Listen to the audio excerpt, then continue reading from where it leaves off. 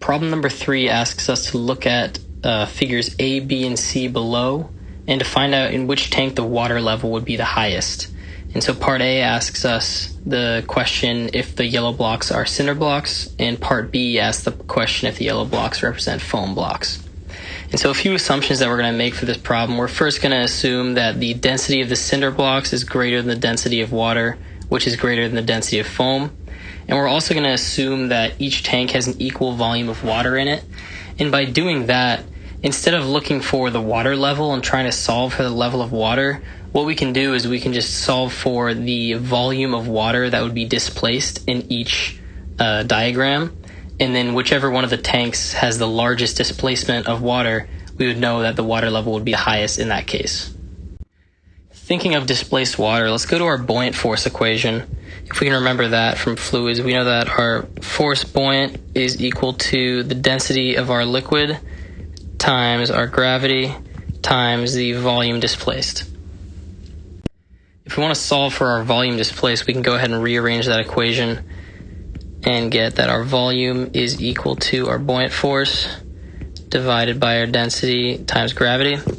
And we can further expand that because we know buoyant force, or force in general, is just equal to mass times acceleration over our density times gravity.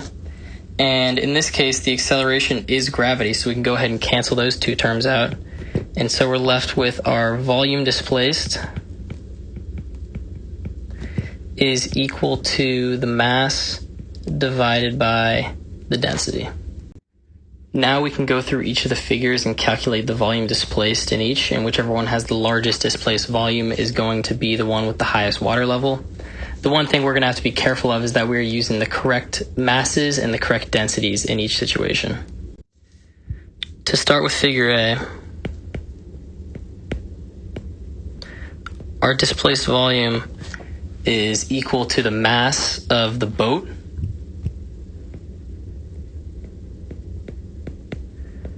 over the density of the water. And that's because our boat is our object in this instance, and it's displacing water. In figure B,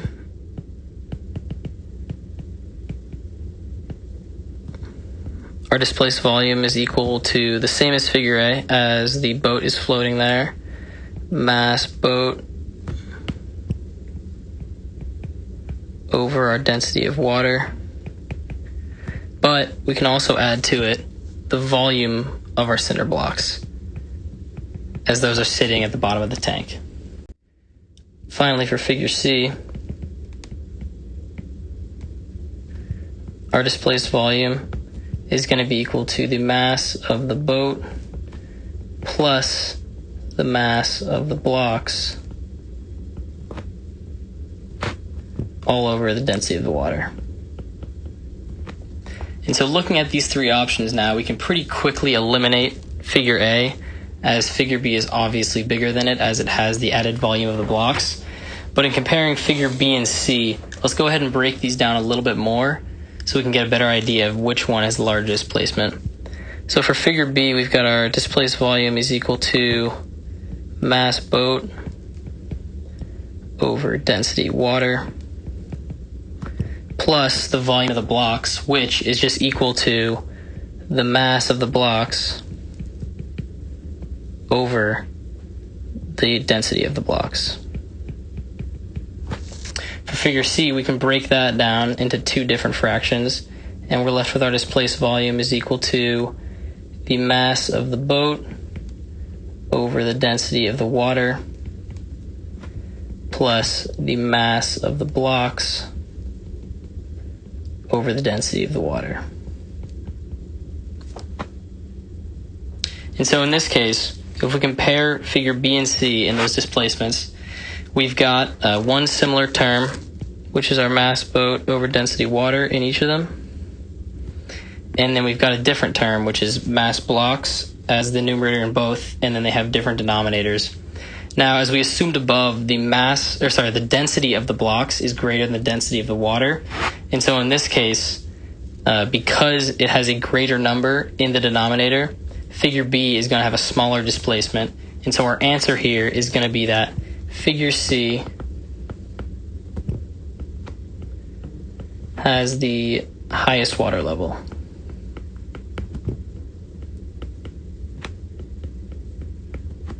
And that is if cinder blocks.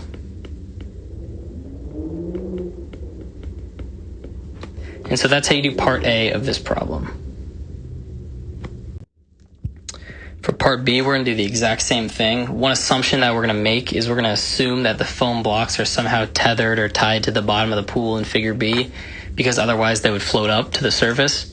And so we're going to assume that the entire volume of those blocks is displaced.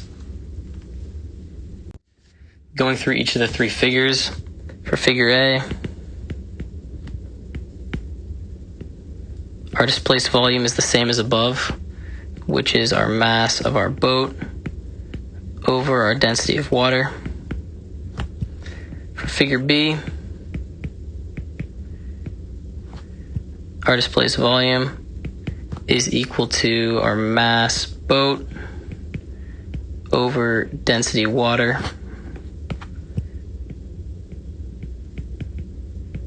plus the volume of those foam blocks. And finally, for figure C,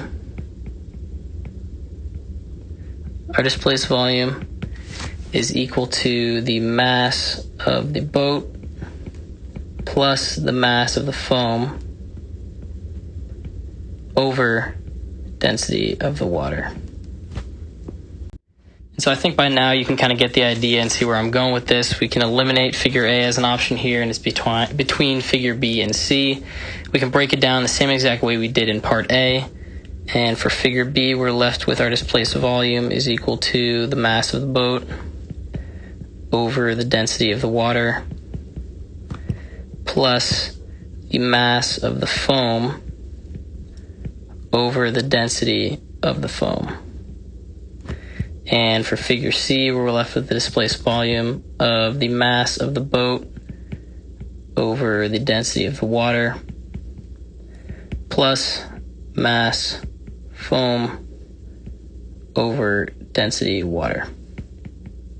And so again, we've got a like term in our first one there, which is the mass boat over density water. And then the different term in each of these, we've got different denominators. Figure C now has the more dense denominator, as we assumed before that water is more dense than foam. And so if the blocks are foam, now figure C is the one that has the greatest displacement and therefore has the, or my apologies, figure C now has a greater number in the denominator there. And so figure B now has the greatest displacement and it has the highest water level.